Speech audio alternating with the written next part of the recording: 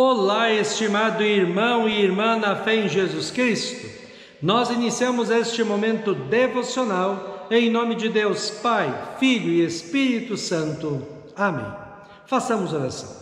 Ó Senhor nosso Deus, te louvamos por esse dia maravilhoso. Derrama as tuas bênçãos sobre nós e nossas famílias. Envia teu Espírito Santo para estar conosco agora quando vamos meditar na tua santa palavra. Abra o nosso coração e nossa mente para que possamos ouvir a tua palavra, possamos entendê-la, crer nela e viver de acordo com ela diz. Isso te pedimos e agradecemos em nome de Jesus Cristo, teu Filho, nosso Senhor e Salvador. Amém. Que a graça, a paz e o amor daquele que veio, daquele que vem e daquele que virá em glória, Jesus Cristo, nosso Senhor e Salvador, permaneça hoje para sempre com todos vocês. Amém. Queremos meditar as palavras de Romanos, capítulo 1, versículo 1, novo livro que nós vamos meditar a partir de hoje, onde o apóstolo Paulo diz assim: Eu, Paulo, servo de Cristo Jesus, escrevo esta carta. Deus me chamou e me separou para ser seu apóstolo, a fim de que eu anuncie a boa notícia do Evangelho de Deus. Que Deus abençoe as palavras em nossos corações. Amém. Estimado irmão e irmã, a carta ou epístola do apóstolo Paulo aos cristãos em Roma, aos romanos, é sem dúvida uma carta extraordinária de ensinamentos sobre 5 assuntos fundamentais na fé cristã e em toda a Bíblia. Primeiro, o domínio do pecado sobre toda a humanidade. Segundo, a incapacidade da lei de Moisés para salvar o pecador. Terceiro, a graça de Deus revelada em Jesus Cristo. Quarto, a justificação pela fé, ou como Deus nos declara justos pela fé em Cristo. Quinto, os frutos do Espírito Santo. Paulo escreve esta carta provavelmente durante a sua terceira viagem missionária, lá pelos anos 57 depois de Cristo. Talvez ele a tenha escrito em Corinto. Os destinatários da carta eram cristãos que provavelmente eram não-judeus da cidade de Roma. Paulo ainda não tinha ido a Roma, mas conhecia muitos cristãos dali. Paulo começa falando com um orgulho bom que ele era servo de Cristo Jesus, chamado por Deus e separado para ser seu apóstolo, a fim de que anunciasse a boa notícia do Evangelho de Deus. Ser cristão e ser, no caso do apóstolo Paulo, apóstolo de Jesus, não é decisão da pessoa, mas é um chamado de Deus, que Deus faz para as pessoas de graça, sem mérito ou dignidade do ser humano. Ser separado é ser tirado da multidão para um trabalho especial dado por Deus. No caso do apóstolo Paulo, anunciar ao mundo a salvação pela fé em Cristo. Quando nossos pais nos levaram ao batismo, Deus veio a nós e colocou a fé em nossos corações e fez de nossa vida templos do Espírito Santo que veio e habita em nós.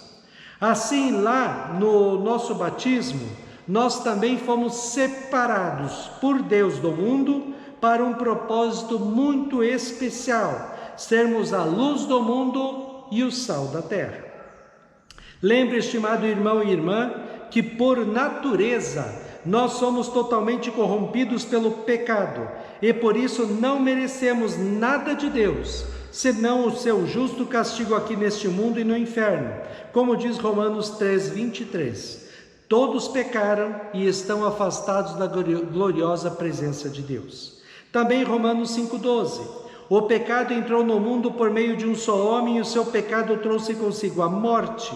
Como resultado, a morte se espalhou por toda a raça humana, porque todos pecaram. Também o texto de Romanos 3:10-12 diz: Não há uma só pessoa que faça o que é certo, não há ninguém que tenha juízo, não há ninguém que adore a Deus. Todos se desviaram do caminho certo, todos se perderam. Não há mais ninguém que faça o bem, não há ninguém mesmo. Assim como Paulo, eu e você fomos chamados das trevas do pecado e da condenação eterna no inferno para a maravilhosa luz da salvação pela fé em Cristo. Quando o Espírito Santo entrou em nossos corações pelo batismo, ou pelo ouvir a palavra de Deus, nós entendemos e cremos que Jesus Cristo é o Filho de Deus, que veio ao mundo para estar conosco, sofreu na cruz toda a ira e castigo eternos de Deus pelos nossos pecados, como nosso substituto, pagando a nossa dívida com Deus e tirando de nós a culpa pelo pecado e nos dando de graça como presente o perdão dos pecados, a vida e a salvação eterna. Efésios 2 fala sobre isso explicando assim: antigamente, por terem desobedecido a Deus e por terem cometido pecados, vocês estavam espiritualmente mortos. Naquele tempo vocês seguiam o mau caminho deste mundo e faziam a vontade daquele que governa os poderes espirituais do espaço, o espírito que agora controla os que desobedecem a Deus. De fato, quando nós éramos como eles e vivíamos de acordo com a nossa natureza humana, fazendo o que o nosso corpo e a nossa mente queriam, assim, porque somos seres humanos como os outros, nós também estávamos destinados a sofrer o castigo de Deus. Mas a misericórdia de Deus é muito grande e o seu amor por nós é tanto, que quando estávamos espiritualmente mortos por causa da nossa desobediência, Ele nos trouxe para a vida que temos em união com Cristo. Pela graça de Deus vocês são salvos. Por estarmos unidos com Cristo Jesus, Deus nos ressuscitou com Ele, para reinarmos com Ele no mundo celestial. Pois pela graça de Deus vocês são salvos por meio da fé. Isso não vem de vocês, mas é um presente dado por Deus. Talvez agora você pergunte: mas qual a minha parte nesse processo de salvação? Com quanto eu entro para ser salvo? A resposta que Paulo vai dar em Romanos é nada, zero. Nós não podemos entrar com nada. Nós não podemos fazer nada, nós não decidimos nada, nós não fazemos nada. Por que nada? Porque o pecado que existe em nós corrompeu tanto a nossa vida que nós não temos nada a oferecer ou fazer para conseguirmos o perdão dos pecados, a vida e a salvação. Por isso a Bíblia usa a palavra graça, que quer dizer que nós somos salvos 100% pelo amor de Deus em Cristo e 0% por nossa parte, por nossos méritos.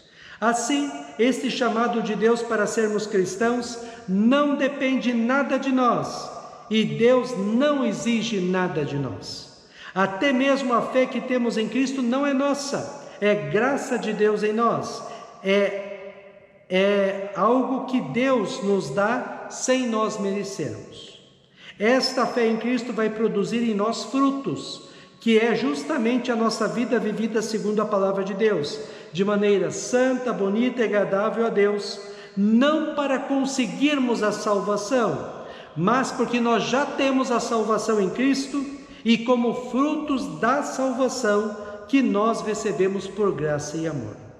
Paulo tem consciência de que ele foi chamado por Deus, tornado cristão, mas Deus tem um propósito para a vida dele. Me separou, diz o apóstolo Paulo, para ser seu apóstolo, a fim de que eu anuncie a boa notícia do Evangelho de Deus. Deus, além de salvar o apóstolo Paulo e torná-lo cristão, dá um propósito para a vida dele: anunciar a palavra de Deus para todas as pessoas. Também Deus nos deu este propósito quando nos chamou a anunciar o amor de Deus em Cristo para todas as pessoas. Fazemos isso quando vivemos uma vida cristã, diferente do mundo que vive em pecados. Quando nós falamos de Cristo para as pessoas que encontramos e juntos da igreja levamos a boa notícia de salvação para o mundo todo. Estimado irmão e irmã, tenho certeza de que as meditações sobre Romanos serão de grande edificação espiritual para mim e para você. Veja quanta coisa existe só no primeiro versículo. Que nós também possamos hoje nos alegrar, porque nós somos cristãos e temos o perdão dos pecados e a salvação. Não precisamos fazer nada para sermos salvos. Cristo fez tudo por nós. A salvação é um presente que Deus nos dá. Agora, na fé, vamos viver uma vida comprometida e consagrada a Cristo, sua palavra, oração e igreja, com o propósito de salvar pessoas, de levar pessoas para o céu pela pregação da palavra de Deus. Jesus comparou a salvação e a nova vida que recebemos por graça em João 15, 1 a 12, como uma árvore e nós somos os galhos. Ele é a árvore. Nós somos os galhos que foram cortados da árvore pelos pecados. E, portanto, se nós fomos cortados da árvore, nós secamos e morremos, porque não recebemos mais nutrientes da árvore para termos vida. Jesus é a árvore, ou como ele chama no Evangelho, videira. Ele dá vida, somente ele pode dar vida. Deus, através do Espírito Santo, nos enxertou pela fé na árvore que é Cristo. Agora, religados a Cristo, recebemos dele fé, esperança, amor, que vão nos dar vida e nos tornar filhos e filhas de Deus. Recebendo vida de Cristo, nós damos frutos, que é a nossa vida vivida para a honra e glória de Deus, segundo a sua palavra. Porque estamos ligados a Cristo e somos cristãos, nós lemos a Bíblia, oramos, participamos da igreja, vivemos uma vida santa, bonita e agradável a Deus. Que todas as manhãs, estimado irmão e irmã, nos alegremos e agradeçamos a Deus, porque recebemos dele perdão dos pecados, vida e salvação.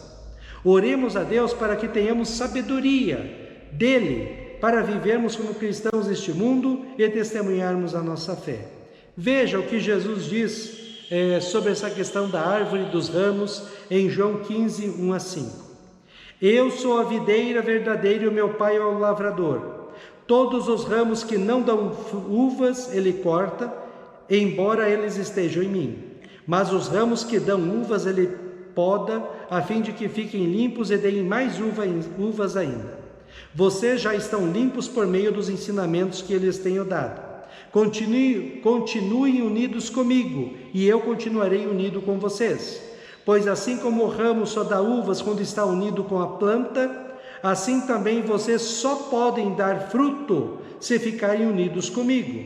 Eu sou a videira, vocês são os ramos. Quem está unido comigo e eu com ele, esse dá muito fruto, porque sem mim vocês não podem fazer nada.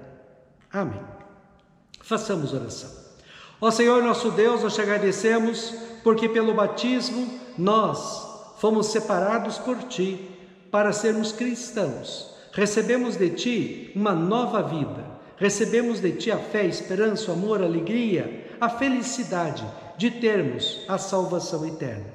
Que nós possamos viver a nossa fé neste mundo, testemunhar a nossa fé para todas as pessoas, para que mais e mais pessoas possam ter a alegria da salvação pela fé em Cristo. Ó Deus, fica conosco neste dia, cuida de nós e dá-nos sabedoria. Isso te pedimos e agradecemos em nome de Jesus. Amém. Receba a bênção do Senhor. O Senhor te abençoe e te guarde. O Senhor faça resplandecer o seu rosto sobre ti e tenha misericórdia de ti. O Senhor sobre ti levante o seu rosto e te dê a paz. Amém.